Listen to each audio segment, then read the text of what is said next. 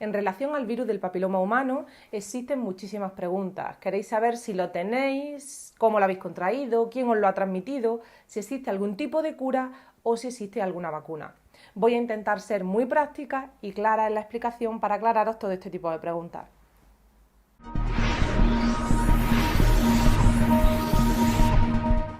El virus del papiloma humano o VPH es un virus muy habitual. Es una de las infecciones de transmisión sexual más frecuentes. Existen estudios que dicen que hasta el 75% de la población mundial está o estará infectada a lo largo de su vida. Esto es un dato significativo y va en aumento. Solo imagínate un equipo titular de fútbol. De 11 jugadores, 9 habrán estado infectados y tan solo 2 serán sanos. Su forma de transmisión es a través del contacto sexual, ya sea oral, vaginal o anal, y afecta tanto a hombres como mujeres. No obstante, en los hombres es menos frecuente ver su forma clínica. En las mujeres, por desgracia, sí que la vemos. Es un virus que infecta las células epiteliales. Eso quiere decir que infecta las células de la capa más superficial, tanto de piel como de mucosa. Hay más de 100 subtipos, pero no todos tienen la misma agresividad. Existen los de bajo riesgo y los de alto riesgo, que persisten a pesar de las medidas de inmunidad y de mejora de esta y son más agresivos al persistir en el tiempo.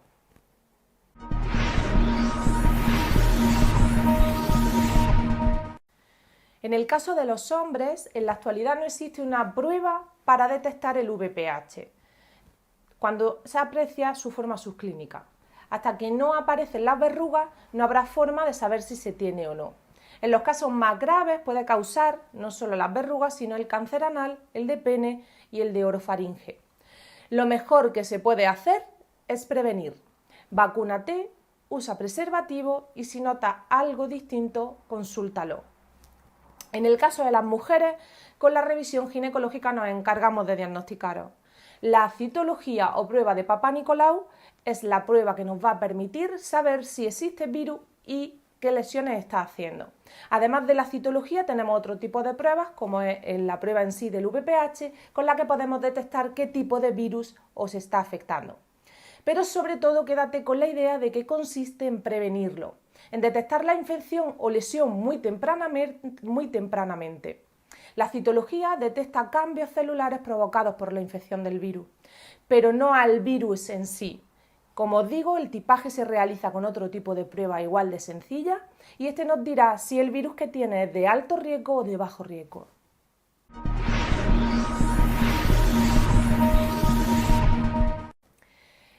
Es asintomático. No se sabe si lo tenemos hasta que no aparecen las verrugas o las lesiones, o que vuestro ginecólogo os lo informe. Las lesiones más conocidas, como digo, y reconocibles son las verrugas o papilomas. Suelen ser indoloras, no tienen olor ni suelen picar y pueden aparecer tanto en la vagina como en las zonas cercanas. La coloración suele ser diferente a tu piel. Es de acción lenta por norma general y en función del tipo de infección y los síntomas pueden no llegar a aparecer nunca o tras varios años.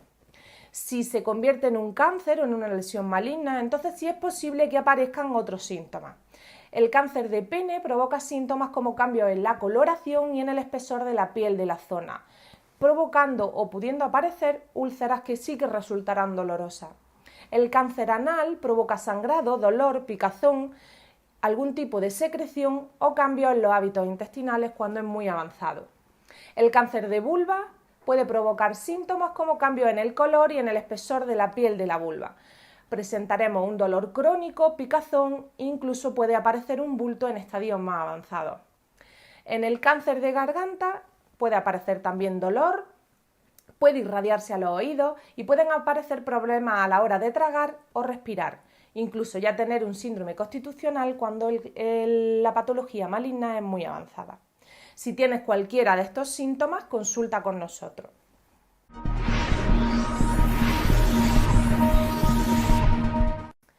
Quiero que os quedéis con una idea clara, que es que tener el virus no significa tener cáncer. Los estudios han visto que el virus durante mucho tiempo lo que hace es provocarlo, pero en intervalos largos de tiempo. No te alarmes, dale la justa importancia. Esto no significa que una vez que cojas la infección vas a desarrollar el cáncer. Significa que tienes una infección por el virus del papiloma humano y que puede aumentar tu riesgo de padecerlo si no tratamos la lesión que está causando el virus en este momento. Es importante, por tanto, erradicar la infección para evitar su desarrollo. Piensa que solo del 5 al 10% de las mujeres infectadas con el tiempo y en los años desarrollarán un cáncer. ¿Pero qué es el cervix? El cervix es la parte del útero que contacta con la vagina, digamos que su parte más inferior y más externa. Muchas de vosotras acudís a consultas asustadas tras tocaros un bulto durante la higiene o mientras os ponéis un tampón. Ese bulto al fondo de la vagina es vuestro cervix. Como podéis ver y entender, es la zona que está en íntima relación tras las relaciones sexuales.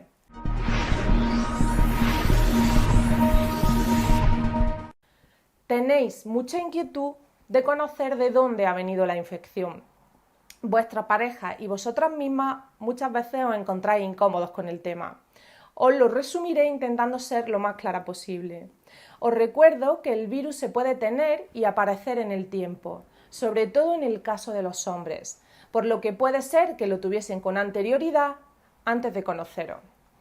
¿Que llevas toda tu vida con tu pareja? ¿Nunca lo has tenido y él tampoco? ¿Y de repente sale? Háblalo con él. No es totalmente correcta la idea de que las mujeres que tienen múltiples parejas están en mayor riesgo de contraer VPH, pues el cáncer cérvico-uterino también se detecta en parejas monógamas. Sí he de decir que es uno de los factores de riesgo para contraerlo. Evidencias científicas sostienen que el único modo de transmisión del VPH o virus del papiloma humano es el contacto íntimo y no a través de intercambios de toallas, estropajos húmedos que tengan contacto en la zona genital o ni siquiera en los baños públicos. Es cierto que con el uso de juguetes sexuales se ha visto que en parejas tanto homosexuales como heterosexuales sí se puede permitir el contagio. Es altamente improbable contagiarlo así que queda descartado.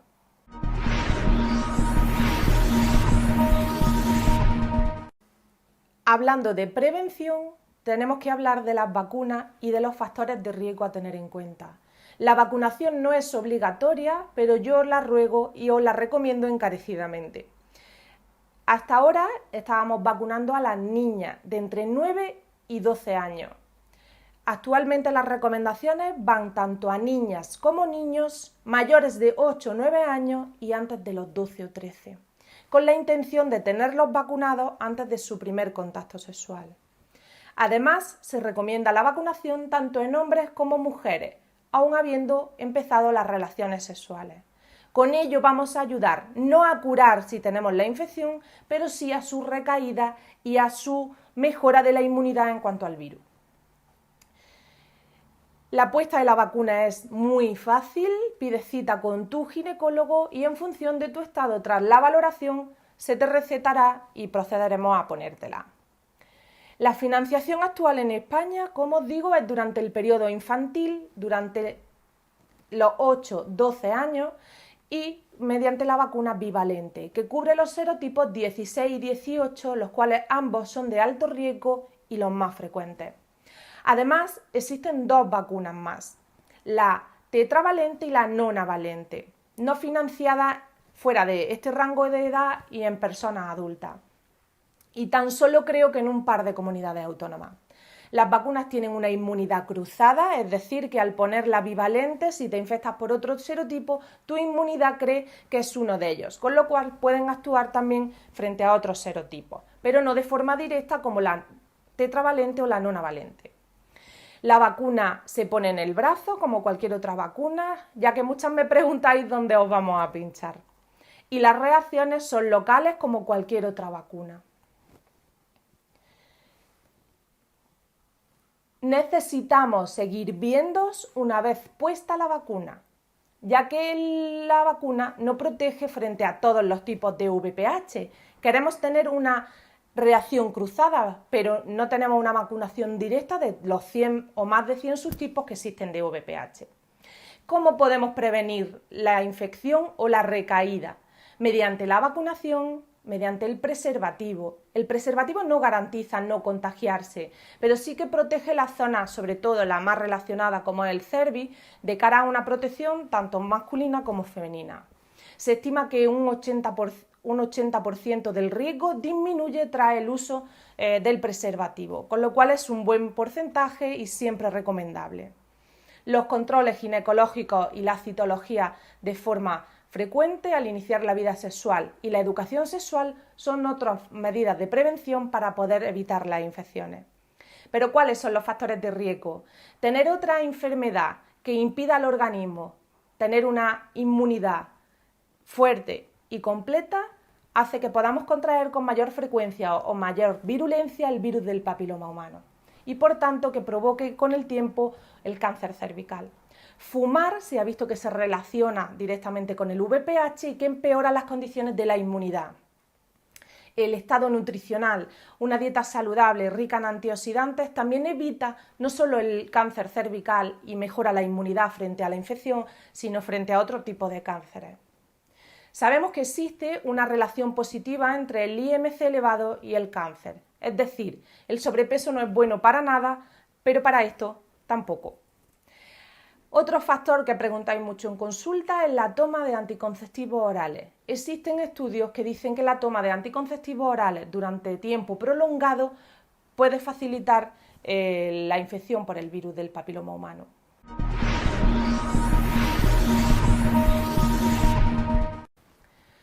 Normalmente el cuerpo y tu inmunidad suele eliminar la infección por el VPH. Las lesiones se pueden curar, el virus no, ya que tiene que tu inmunidad ir eliminándolo. Por lo que podrían volver a aparecer lesiones si tu inmunidad no lo elimina completamente. No existe tratamiento para el virus en sí. Este puede causar cambios anormales en las células si se mantiene en el tiempo, hasta provocar lesiones malignas. Así que puede ser que una vez que lo tengamos, te digamos de hacerte algunas otras pruebas, incluso tratamientos si la lesión que vemos es mucho más profunda. La colposcopia, a pesar de su nombre, es una prueba muy sencilla, es un procedimiento diagnóstico. Con ella estaréis con el espéculo un ratito hasta que, mediante una serie de técnicas de tinción y un microscopio, podamos ver el cervix por completo, examinarlo y tomar una biopsia si procede. Mediante la crioterapia o el LEP, haremos el tratamiento curativo y terapéutico del VPH. Si comprobamos que la lesión del VPH es más profunda y afecta a capas no superficiales, sino que un poquito más profundas, procederemos a la retirada de esa parte del cervix para intentar eliminar el virus y ayudar a tu inmunidad a que lo elimine. Si me preguntáis si podéis volver a infectaros una vez que hemos tratado un virus, la recontestación es sí. Las infecciones no crean inmunidad, no es como la varicela, que hacemos anticuerpos y ya no volvemos a tenerla. No se quedan anticuerpos en nuestra inmunidad, por lo tanto sí que podemos volver a contraerla.